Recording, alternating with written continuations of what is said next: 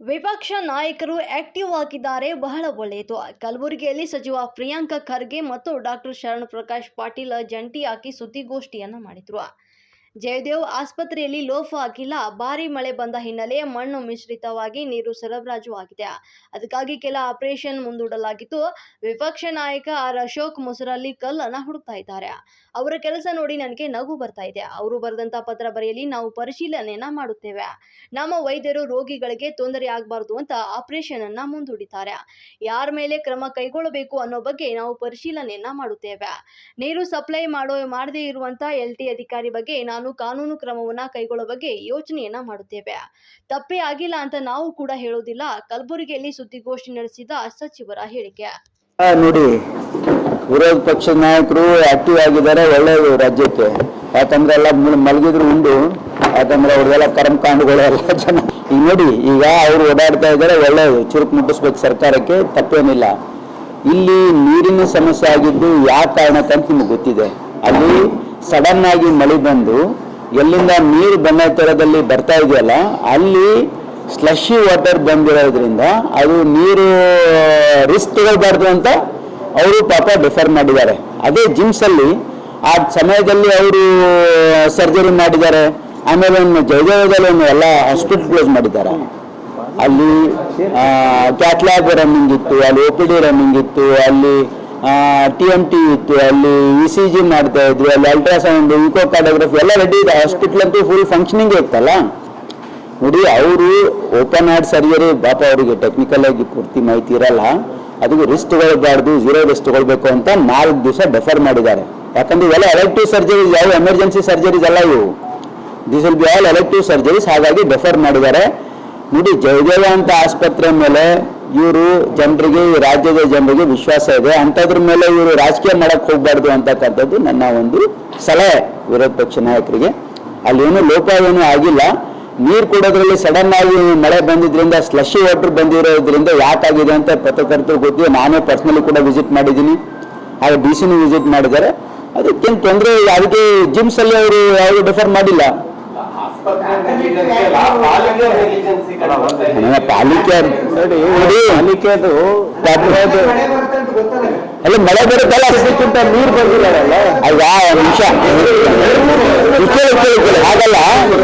ಅಲ್ಲ, I am answering this ಅಲ್ಲ. ನೋಡಿ, ಇದು ಒಂದು ಅನಿರೀಕ್ಷಿತ ಘಟನೆ.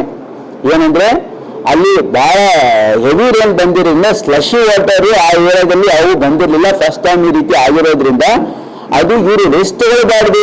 ನೀರು ಸಪ್ಲೈ ಆಗಿಲ್ಲ ಅಂತಲ್ಲ, ನೀರು ಸಪ್ಲೈ ಇತ್ತು. ಅಲ್ಲಿ ನೀರು ಸಪ್ಲೈನೂ ಇರಲಿಲ್ಲ ಅಂತಂದ್ರೆ ಆಸ್ಪತ್ರೆ ಕ್ಲೋಸ್ ಮಾಡಿದ್ರ. ಅಲ್ಲಿ ಕ್ಯಾಟ್ಲಾಬ್ ನಡೀತಾ ಇತ್ತು, ಅಲ್ಲಿ ಎಲ್ಲ ರೀತಿಯಿಂದ ಪೇಷಂಟ್ ಆಗ್ತಾ ಇತ್ತು. ಬಟ್ ಇವರು ನಾವು ಇಂಥ ಸಂದರ್ಭದಲ್ಲಿ ನಾವು ರಿಸ್ಕ್ ತಗೊಳ್ಬಾರ್ದು. ಯಾಕಂದ್ರೆ bypass surgery is A very complicated and long procedure surgery ಅದು. ಹಾಗಾಗಿ ಅದರಲ್ಲಿ ನಾವು ಯಾವುದು 0% ರಿಸ್ಕ್ ತಗೊಳ್ಬೇಕು ಅಂತ 4 ದಿನ ಡೆಫರ್ ಮಾಡಿದ್ದಾರೆ. ಯಾವ ಎಮರ್ಜೆನ್ಸೀಸ್ ಅಲ್ಲ ಇದು. ದಿಸ್ ಏನು ನ್ಯಾಚುರಲ್ ಆಗಿ ನೇಚರಿಂದ ಆಗಿರ್ತಕ್ಕಂಥದ್ದು. ಹಾಗಾಗಿ ಸುಮ್ಮನೆ ಯಾರಿಗೂ ಬ್ಲೇಮ್ ಮಾಡಿ ಇಂಥದ್ರ ಮೇಲೆ ಸರ್ಕಾರ ಬ್ಲೇಮ್ ಮಾಡೋದಕ್ಕೆ ಅಲ್ಲಿಂದ ಇಲ್ಲಿ ಬರ್ತಾರೆ ಅಂತಂದ್ರೆ ನನಗೆ ಖುಷಿಯಾಗಿದೆ. ಇವರೆಲ್ಲ ಅಟ್ಲೀಸ್ಟ್ ಆಕ್ಟಿವ್ ಆಗಿದ್ದಾರೆ. ಸರ್ಕಾರದಲ್ಲಿದ್ದಾಗ ಎಷ್ಟು ಚೂತಾಗಿದ್ದಿದ್ರೆ ಈ ರೀತಿ ಇರ್ತಾ ಇರಲಿಲ್ಲ. ಬಟ್ ಪರವಾಗಿಲ್ಲ, ಅವ್ರು ಹೇಳಿದ್ದಾರೆ. ಅವ್ರು ಏನೇನು ಸಲಹೆ ಕೊಡ್ತಾರೆ ನೋಡ್ತೀವಿ. ಏನೇನೋ ಅವರು ಕರೆಕ್ಟಿವ್ ಮೆಜರ್ಸ್ ಹೇಳಿದ್ರೆ ಅಡಾಪ್ಟ್ ಮಾಡ್ತೀವಿ. ಬರೀಲಿ ಅವರು. ನೋಡಿ, ಅವ್ರು ಹೇಳಿದ್ದಾರೆ ಅಂತ, ಅಪೋಸಿಷನ್ ಅವ್ರು ಹೇಳಿದ್ದಾರೆ ಅಂತ ನಾವು ವಿಲ್ ಎಕ್ಸಾಮಿನ್ ಯಾರ್ದು ಅದರಲ್ಲಿ what is the fault of any of the doctors. ಯಾರಿಗೆ ಸಸ್ಪೆಂಡ್ ಮಾಡಿ ಬಿಡ್ತೀವಿ ಅಂತ ನೋಡಿ, ಬರೀಲಿ ಅವರು. Will examine. ಯಾಕಂದ್ರೆ ಬರೀಲಿ.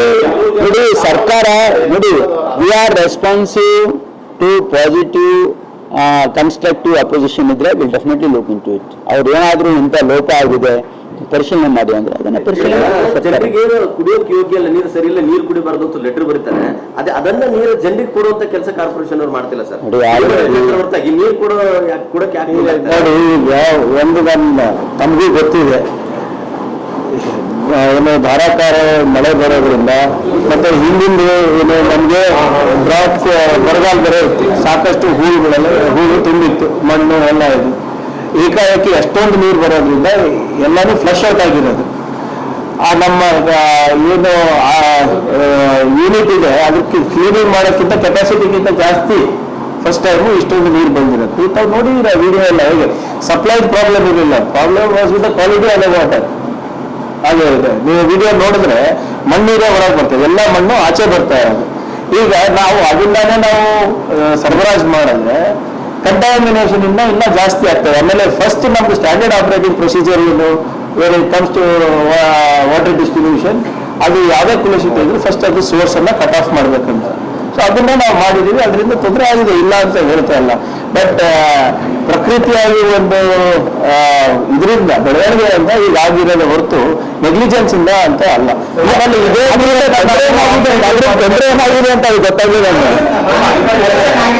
ಇಲ್ಲ ನೋಡಿ, ಮಾನ್ಸೂನ್ ಪ್ರಿಪರೇಷನ್ ಆಗಿದೆ, ಆದ್ರೆ ಇಷ್ಟು ದೊಡ್ಡ ಪ್ರಮಾಣದಲ್ಲಿ ಈಗ ನಮ್ದು ಒಂದು ಎಕ್ಸಾಂಪಲ್ ಒಂದು 100 ml ಕೆಪಾಸಿಟಿ ಇದೆ ಅಂತ ಹೇಳ್ಕೊಂಡು, ಈಗ 110, 120 ಬಂದಾಗ ಇದು ಆಗತ್ತೆ ಸರ್, ಫ್ಲಡಿಂಗ್ ಆಗಿದೆ. ಅವತ್ತು ಕೂಡ ನಾವು ಇಷ್ಟು ನೋಡಿರ್ಲಿಲ್ಲ.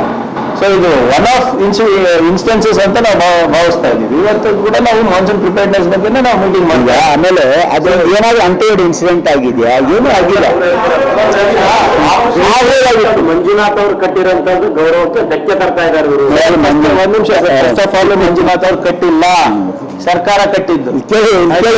ಈಗ ನೋಡಿ, ಸರ್ಕಾರ ಕಲಬುರಗಿಯಲ್ಲಿ ಕಟ್ಟಿರೋದು ಪ್ರಕಾಶ್ ಅವ್ರು ತಂದು ಕೇಳಿ, ಅದೆಲ್ಲ ಆಯ್ತು ಬಿಡಿ, ಯಾರು ಸುಮ್ಮನೆ ನಾಟ್ ಗೋಯಿಂಗ್ ಟು ದಿಸ್. ಅವ್ರಿಗೆ ಏನಾಗಿದೆ, ಮೊಸರಲ್ಲಿ ಕಲ್ಲು ಹುಡುಕ್ತಾ ಇದ್ದಾರೆ, ಅವರಿಗೆ ಸರ್ಕಾರದ ವಿರುದ್ಧ ಏನು ನೋಡಿ. ನಿಮಗೆ ನಗು ಬರ್ಲಿಲ್ವಾ ಅವರೆಲ್ಲ ಬಂದು ನೋಡಿ ಇದಕ್ಕೆ ಈ ಸರ್ಕಸ್ ಮಾಡಿದ್ದಕ್ಕೆ?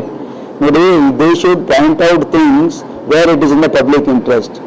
ಈ ರೀತಿ ಆಗಿದ್ದಕ್ಕೆ ಐ ಆಸ್ ಎ ಮಿನಿಸ್ಟರ್, ನಾನೇ ಮಿನಿಸ್ಟರ್ ಆಗಿ ಅಲ್ಲಿ ವಿಸಿಟ್ ಮಾಡಿದ್ದೀನಿ, ಅಲ್ಲಿ ಡೆಪ್ಟಿ ಕಮಿಷನರ್ ವಿಸಿಟ್ ಮಾಡಿದ್ದಾರೆ.